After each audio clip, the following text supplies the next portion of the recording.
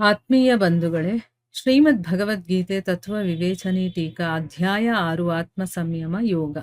ಇದರಿಂದ ನಾವು 36ನೇ ಶ್ಲೋಕವನ್ನ ತಿಳ್ಕೊಳ್ತಾ ಇದ್ವಿ. ಹೋದ ಭಾಗದಲ್ಲಿ ಮನಸ್ಸನ್ನ ವಶಪಡಿಸ್ಕೊಳ್ಳದೆ ಇರುವಂತ ಮನುಷ್ಯನಿಗೆ ಈ ಸಮತ್ವ ಯೋಗ ಪ್ರಾಪ್ತಿಯಾಗೋದು ತುಂಬಾ ಕಷ್ಟ ಅನ್ನೋದು ಯಾಕೆ ಅಂತ ತಿಳ್ಕೊಂಡ್ವಿ. ಯಾಕೆ ಅಂದ್ರೆ ಮನಸ್ಸು ಯಾವಾಗ ಕಂಟ್ರೋಲಲ್ಲಿ ಇರೋದಿಲ್ವೋ ಅದರ ಮೇಲೆ ರಾಗದ್ವೇಷಗಳು ಅಧಿಕಾರ ನಡೆಸುತ್ತೆ. ರಾಗದ್ವೇಷದ ಪ್ರೇರಣೆಯಿಂದ ಆ ಮನಸ್ಸು ಮಂಗನ ಹಾಗೆ ಆ ಕಡೆ ಈ ಕಡೆಯಿಂದ ಹಾರಾಡ್ತಾ ಇರುತ್ತೆ. ಮನಸ್ಸು ಯಾವಾಗ ಭೋಗಗಳಲ್ಲಿ ತುಂಬಾ ಆಸಕ್ತಿಯನ್ನ ಪಡೆಯುತ್ತೋ ಆಗ ಬುದ್ಧಿ ಕೂಡ ಅಸ್ಥಿರವಾಗಿರುತ್ತೆ ಅನ್ನೋದೇ ಅಸ್ಥಿರವಾಗಿರುತ್ತೆ. ಇಂಥ ಅವಸ್ಥೆಯಲ್ಲಿ ಸಮತ್ವ ಯೋಗದ ಪ್ರಾಪ್ತಿ ಹೇಗೆ ತಾನೇ ಆಗೋದಕ್ಕೆ ಸಾಧ್ಯ ಅನ್ನೋದನ್ನ ತಿಳ್ಕೊಂಡ್ವಿ. ಈಗ ಮುಂದಿನ ಪ್ರಶ್ನೆ ಏನು ಅಂತಂದ್ರೆ, ವಶವಾದ ಮನಸ್ಸಿನ ಲಕ್ಷಣಗಳು ಹೇಗಿರುತ್ತೆ? ಈಗ ಮನಸ್ಸನ್ನ ವಶಪಡಿಸ್ಕೊಂಡಿರ್ತೀವಿ, ಅದರ ಲಕ್ಷಣಗಳು. ಈಗ ನಾವು ಯಾರನ್ನಾದ್ರೂ ನೋಡಿದಾಗ ಅವರು ಮನಸ್ಸನ್ನ ಕಂಟ್ರೋಲ್ ಮಾಡಿದ್ದಾರೆ ಅಥವಾ ಇಲ್ಲ ಅನ್ನೋದು ಹೆಂಗ್ ಗೊತ್ತಾಗತ್ತೆ? ಈಗ ಮಾಡಿದ್ದಾರೆ, ಅವರ ಮನಸ್ಸು ವಶವಾಗಿದೆ ಅಂತಂದ್ರೆ ಅದರ ಲಕ್ಷಣ.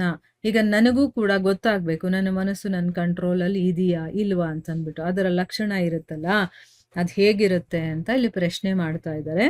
ಉತ್ತರ ಏನು ಅಂತಂದ್ರೆ, ವಶವಾದ ಮೇಲೆ ಆ ಮನಸ್ಸಿನ ಚಂಚಲತೆ, ಅದು ಆ ಕಡೆ ಈ ಕಡೆ ಹೋಗೋದಿರುತ್ತಲ್ಲ ಅದು, ಮತ್ತೆ ಪ್ರಮಥನಶೀಲತೆ, ಬಲಿಷ್ಠತೆ, ಕಠಿಣತೆ, ಆಗ್ರಹತೆ ಇದೆಲ್ಲ ಕೂಡ ದೂರ ಆಗ್ಬಿಡುತ್ತೆ. ಅಂದ್ರೆ ಆ ಮನಸ್ಸು ಹೇಳದ ಹಾಗೆ ಕೇಳಬೇಕು. ಆಮೇಲೆ ಚಂಚಲವಾಗಿ ಆ ಕಡೆ ಈ ಕಡೆ ಓಡೋದು, ಮತಿಸೋ ಅಂತ ಗುಣ ಇರುತ್ತೆ. ಅದೆಲ್ಲವೂ ಕೂಡ ಬೇಕೇ ಬೇಕು ಅನ್ನುವಂಥ ಗುಣ ಇರುತ್ತೆ. ಇದೆಲ್ಲ ದೂರ ಆಗ್ಬಿಡುತ್ತೆ. ಆಮೇಲೆ ನೇರ, ಸರಳವಾಗಿರುವಂಥದ್ದು, ಶಾಂತವಾಗಿರುವಂಥದ್ದು, ವಿನಮ್ರ ಶಿಷ್ಯನ ಹಾಗೆ. ವಿನಮ್ರ ಶಿಷ್ಯ ಅಂತಂದ್ರೆ ಏನ್ ಹೇಳ್ತಾನೋ ಗುರು ಅದನ್ನ ಮಾಡುತ್ತಲ್ಲ ಆ ರೀತಿ. ಮತ್ತೆ ಯಾವಾಗ ಎಲ್ಲಿ ಮತ್ತು ಎಷ್ಟು ಹೊತ್ತಿನ ತನಕ ಇದನ್ನ ತೊಡಗಿಸಿದ್ರೆ ಇದು ಸುಮ್ಮನೆ ತೊಡಗುವಷ್ಟು.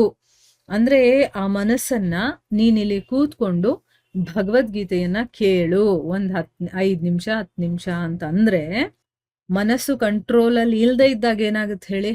ಆ ಮನಸ್ಸು ಒಂದೊಂದು ಕ್ಷಣಕ್ಕೂ ಒಂದೊಂದು ಕಡೆ ಹಾರಾಡ್ತಾ ಇರುತ್ತೆ. ಇವಾಗ ಇಲ್ಲಿದ್ರೆ ಇನ್ನೊಂದು ಸ್ವಲ್ಪ ಹೊತ್ತಲ್ಲಿ ಬೇರೆ ಕಡೆ ಇರುತ್ತೆ, ಇನ್ನೊಂದು ಕಡೆ ಇರುತ್ತೆ. ಮತ್ತೆ ಅದನ್ನ ಎಳ್ಕೊಂಬಂದು ಕೂರಿಸಿದ್ರು ಕೂಡ ಅದು ಓಡೋಗ್ತಾ ಇರುತ್ತೆ. ಅಂದ್ರೆ ಅದು ಇನ್ನೂ ಕಂಟ್ರೋಲಿಗೆ ಬಂದಿಲ್ಲ ಅಂತ ಅರ್ಥ.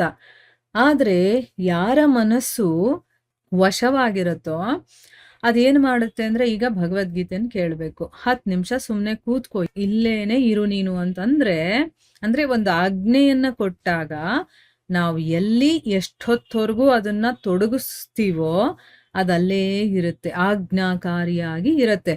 ಅಲ್ಲಿ ತೊಡಗೋದಕ್ಕೆ ಅಥವಾ ಅಲ್ಲಿ ಇರೋದಕ್ಕೆ ಅದು ಸ್ವಲ್ಪನೂ ಕೂಡ ವಿರೋಧ ಮಾಡೋದಿಲ್ಲ, ಅಸಡ್ಡೆ ಮಾಡೋದಿಲ್ಲ.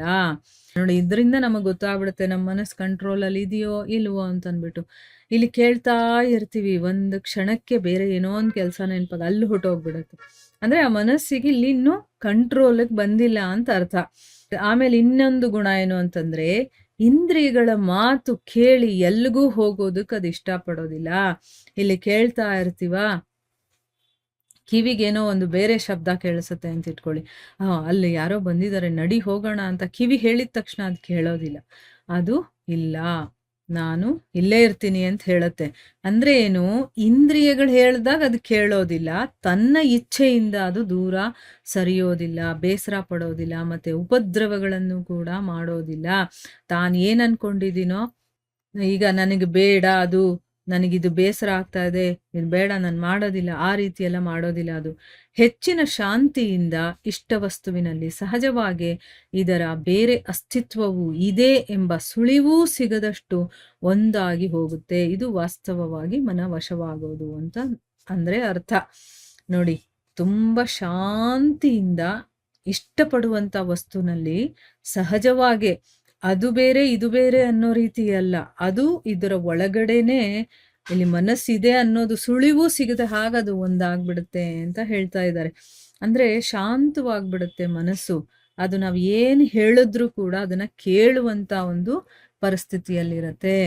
ಈಗ ಯಾರ ಮನಸ್ಸು ವಶವಾಗಿಲ್ವಾ ಅಂದ್ರೆ, ನಮ್ಮ ಮನಸ್ಸು ಇನ್ನೂ ವಶವಾಗಿಲ್ಲ, ಅದಕ್ಕೋಸ್ಕರ ನಮ್ಮ ಮನಸ್ಸಲ್ಲಿ ಚಂಚಲತೆ ಇದೆ ಅಲ್ವಾ? ಅದು ಆ ಕಡೆ ಈ ಕಡೆ ಹೋಗುವಂಥದ್ದು, ಮತ್ತೆ ತುಂಬಾ ಮಥನ ಮಾಡುವಂಥದ್ದು, ಆಮೇಲೆ ಅದು ಹೇಳ್ದಾಗೆ ನಾವು ಮಾಡಬೇಕು ಆ ರೀತಿ ಮಾಡ್ಬಿಡುತ್ತೆ ಮನಸ್ಸು.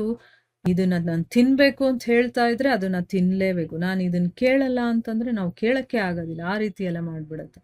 ಸೊ ಅದಕ್ಕೋಸ್ಕರ ಆ ರೀತಿ ಆಗದೆ ಯಾವಾಗ ನಮ್ಮ ಮನಸ್ಸನ್ನ ನಾವು ಕಂಟ್ರೋಲ್ ಮಾಡಿಟ್ಕೊಳ್ತೀವೋ ಅದು ನೇರವಾಗಿರುತ್ತೆ, ಸರಳವಾಗಿರುತ್ತೆ, ಶಾಂತವಾಗಿರುತ್ತೆ. ವಿನಮ್ರ ಶಿಷ್ಯನ ಹಾಗೆ ಅಂತ ಹೇಳಿದಾರೆ ನೋಡಿ. ಈಗ ಶಿಷ್ಯರು ಬೇಕಾದಷ್ಟು ಜನ ಇರ್ತಾರೆ. ಆದ್ರೆ ವಿನಮ್ರತೆ ಇರುವಂಥವ್ರು, ಈಗ ಗುರುಗಳು ಏನ್ ಹೇಳಿದ್ರು ಮಾಡೋದಕ್ಕೆ ರೆಡಿಯಾಗಿರ್ತಾರವ್ರು. ಅಂಥವ್ರು. ಮತ್ತದನ್ನ ಎಲ್ಲಿ ತೊಡಗಿಸಿದ್ರು ಕೂಡ ಎಷ್ಟೊತ್ತಾದ್ರೂ ನೀನು ಕೂತ್ಕೋ ಅಂತಂದ್ರೆ, ಅದು ಸತ್ಸಂಗದಲ್ಲಿ ಅರ್ಧ ಗಂಟೆ ಕೂತ್ಕೊ ಅಂದಿದ ತಕ್ಷಣ ಅರ್ಧ ಗಂಟೆ ಕೂತಿರುತ್ತೆ. ಸುಮ್ಮನೆ ಅಲ್ಲೇ ಇರುತ್ತೆ ಹೊರತು ಎಲ್ಲೂ ಹೋಗೋದಿಲ್ಲ ಮನಸ್ಸು. ಆ ರೀತಿಯ ಒಂದು ಸ್ಥಿತಿ ಬರುತ್ತೆ. ಇದೆಲ್ಲ ವಶವಾದ ಮನಸ್ಸಿನ ಲಕ್ಷಣಗಳು ಅಂತಂದ್ಬಿಟ್ಟು ಇಲ್ಲಿ ಹೇಳ್ತಾ ಇದ್ದಾರೆ. ಸೊ ಇಲ್ಲಿಗೆ ನಾವು ನಿಲ್ಸೋಣ. ಹರೇ ಕೃಷ್ಣ.